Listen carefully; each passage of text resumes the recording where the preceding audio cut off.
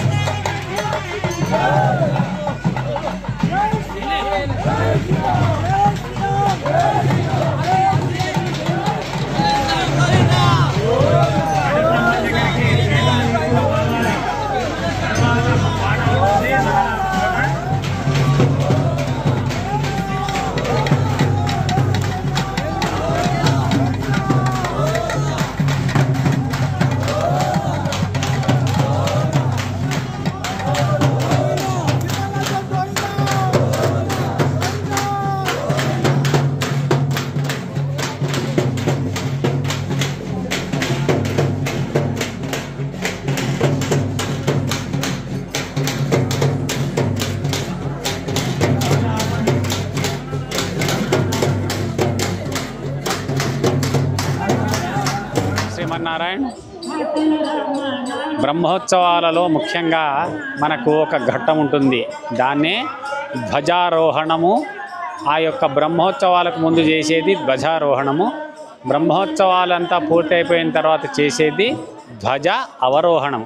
ధ్వజారోహణం అంటే మనకు దేవాలయాలలో ధ్వజస్తంభం ఉంటుంది. ధ్వజస్తంభం దగ్గర ఈ యొక్క వైష్ణవాలయాలో గరుడాలయం ఉంటుంది, గరుడాళ్వారు ఉంటారు. ఆ గరుడాళ్వారు ఏం చేస్తారంటే గరుడాళ్వారు పటాన్ని ఈ ధ్వజస్తంభానికి కట్టి దాన్ని ధ్వజారోహణము అంటే దాన్ని ఆ యొక్క బ్రహ్మోత్సవాలు ప్రారంభమయ్యాని గుర్తుగా ఆ గరత్మంతుల వారు ఒక జెండాను పట్టుకొని ఉంటారు. అప్పుడు 33 కోట్ల మందిని ఆహ్వానిస్తాం మంత్రాల ద్వారా. వాళ్ళందరికీ కూడా షోడశోపచారాలు పూజ చేసి ఈ యొక్క స్వామివారి బ్రహ్మోత్సవాలు ఆ 33 కోట్ల మంది వచ్చి కూడా తిలకించి వాళ్ళు సంతోషపడి ఆ స్వామిని సేవించుకొని తరించుకొని వాళ్ళు ఎంతో సంతోషపడతారు. ఈ బ్రహ్మోత్సవాల్లో జరిగేటువంటి స్వామివారి కళ్యాణమైన, స్వామివారి ఎదుర్కోలైన, స్వామివారి రథోత్సవమైన, స్వామివారి యొక్క హనుమద్వాహన సేవ అయినా, గరుడ వాహన సేవ అయినా, ఈ చక్రవరి ఈ యొక్క కార్యక్రమాలన్నీ కూడా వీక్షించి ఎంతో సంతోషించి పులకించినటువంటి ఆ యొక్క 33 కోట్ల మంది దేవతలను ఈ ఉత్సవ పరిసమాప్తి అయిపోయిన తర్వాత ఆ ధ్వజ అవరోహణం ఏదైతే ఆ యొక్క ధ్వజం మన పైన కడతామో ధ్వజ అవరోహణం అంటే ధ్వజాన్ని దించేసి ఈ 33 కోట్ల మందిని ఎలాగైతే గరత్మంతుడు ఈ దేవాలయానికి తీసుకొస్తాడో ఆ 33 కోట్ల మంది దేవతలను కూడా గరత్మంతుడు తన పైన ఎక్కించుకొని వారి వారి స్థలానికి చేర్చేటువంటి ఆ యొక్క విన్యాసమే ధ్వజ అవరోహణం. ఇదంతా కూడా చాలా ముఖ్యమైన ఘట్టము ఈ బ్రహ్మోత్సవాలలో. స్వస్తి సన్మంగళాని భవంతు, సర్వే జనా సుఖినో భవంతు.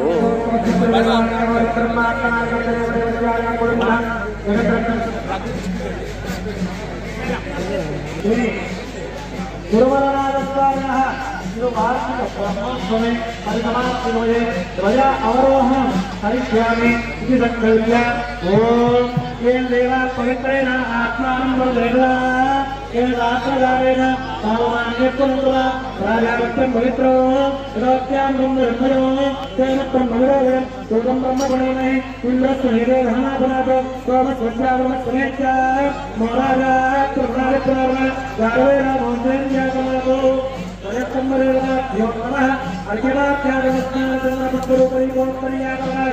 అలంకారాः సర్వోపచారాः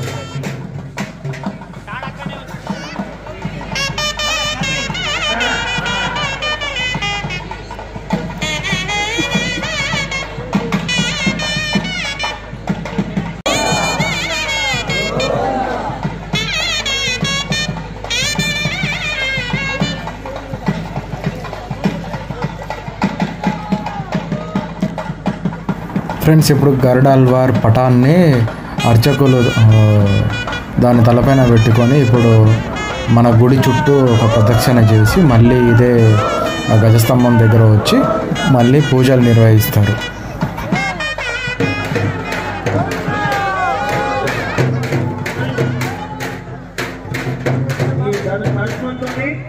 ప్రదక్షిణ చేస్తూ వచ్చిన తర్వాత మొదటి దీక్ష తీసుకున్న వాళ్ళంతా కూడా మంత్రం చెప్పండి.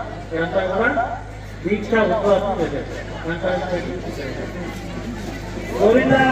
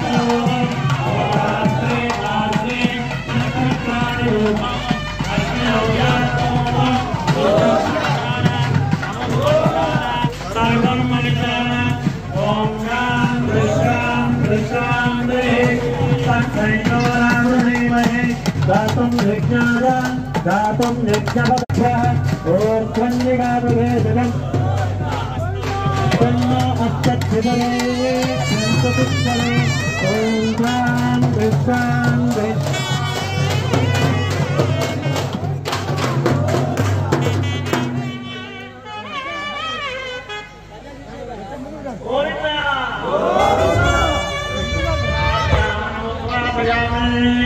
यज्ञेन यज्ञमेयन्तु देवाः सर्वधर्माणि प्रमाणासन्ने ते हनालं महिमान्तु देवाः మొదట్లో దీక్షిస్తున్నాడు. యజ్ఞేన యజ్ఞమేయन्तు దేవాः सर्वधर्माणि प्रमाणासन्ने ते हनालं महिमान्तु तपोर्वे यासन्तु देवाः మంత్రహీనం క్రియాహీనం భక్తిహీనం జనార్దన యత్పూజితం మయాదేవ పరిపూర్ణం తదస్తుతే అనే యదా సంకల్పిత బ్రహ్మోత్సవే శ్రీమన్నారాయణ సుప్రీయతాం శోభనార్థే క్షేమాయ పునర ఆగమనాయ నమస్కారం చేసుకోండి.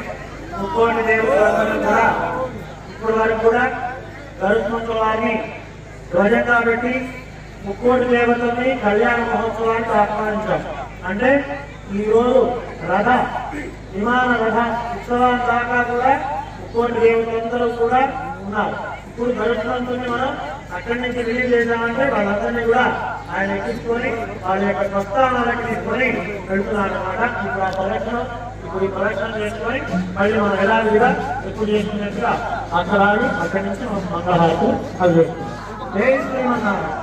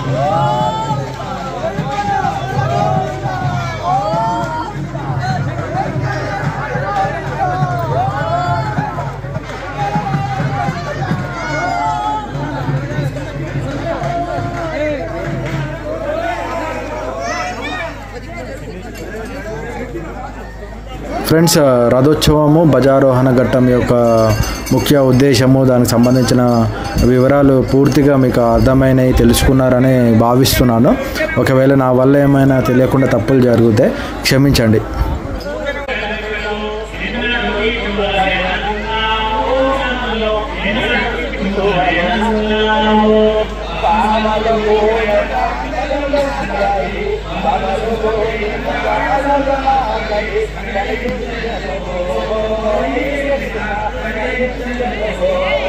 సో ఫ్రెండ్స్, చూశారు కదా తిరుమలనాథ స్వామి ఒక రథోత్సవము చాలా బాగా జరిగింది కదా.